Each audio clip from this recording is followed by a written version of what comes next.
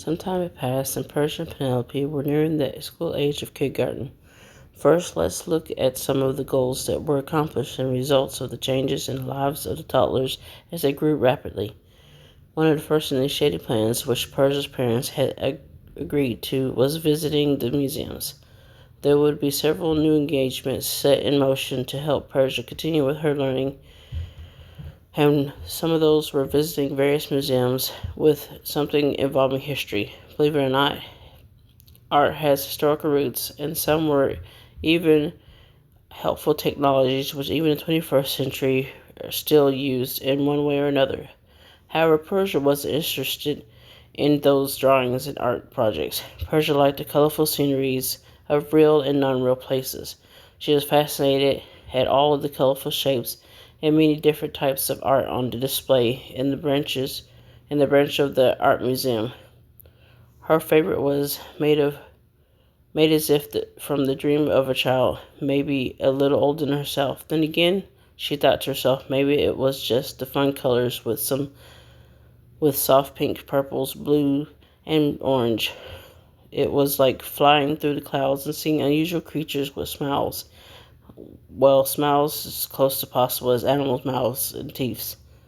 The artist was on a journey in what looked like the sunset of a day in clouds up higher than the brightest rays of the orange ball, glowing from soft orange through pink and purples to turn to soft blue to darker star-speckled blue. After staring at the painting several minutes, Nanny Amara gently placed her hand on her shoulder, bringing her from an imaginary trip with the colorful creatures in this sky painting. It was the first time she had had a moment to envision something not swarming with the facts of reality. She blinked, more startled by what she experienced, looking into the place created by another. At home, nothing was made unless it was to help with the functions of needs or scientific career of her parents. As Nanny Amara and Persia left the museum, Nanny Amara mentioned that at the start of the next month, Mr. and Miss Calvin would be making a trip to a site where the pottery showed the life of a culture or civilization passed over 150 years ago, not ancient as some of the sites outside the United States. She explained that Persia would be accompanying her parents, and Nanny Amara would only see her at the room and during meal times. As she was escorted home with her nanny, she wished Nanny Amara had not mentioned this until another day, even tomorrow. She had just wanted to go home and absorb the process of what she had seen, enjoyed, and the newest experience outside of the physical world. She tried fighting the negative, encroaching feelings of what wasn't for a few weeks off, but this only caused her to feel drained and sleepy. She felt that way a lot in the last year or so.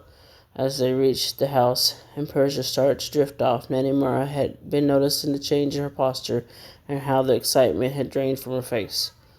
It was like a sudden collapse of a dough ball that had been kneaded and left in the pantry to rise, and then someone suddenly opened the door. As the vehicle pulled up the large empty house, she thought of something to cheer Persia, to raise her hopes, get her back into some of her excitement. "Oh, yes. When you get back, though, you and I will go explore the Museum of Science and Discovery for young aspiring scientists or just curious little ones." Finished with this, she finished with a slight teasing lift to her voice. Amara paused, observing the spark rising in Persia's eyes. Persia turned her head, the dead and tired look lifting from her eyes and face beginning to light again with a smile. "Yes, I would love that, Nanny Amara." Persia, now filling with a bit of hope and extra excitement, hopped out of the car as Nanny opened the door and skipped to the house. Something she wasn't allowed to do very much of in the house. No running, no jumping, no hopping, no playing. Studying, learning, this was about all she was allowed to do, and she was often lonely with no one to play with. Thanks to Nanny Mara, this would change.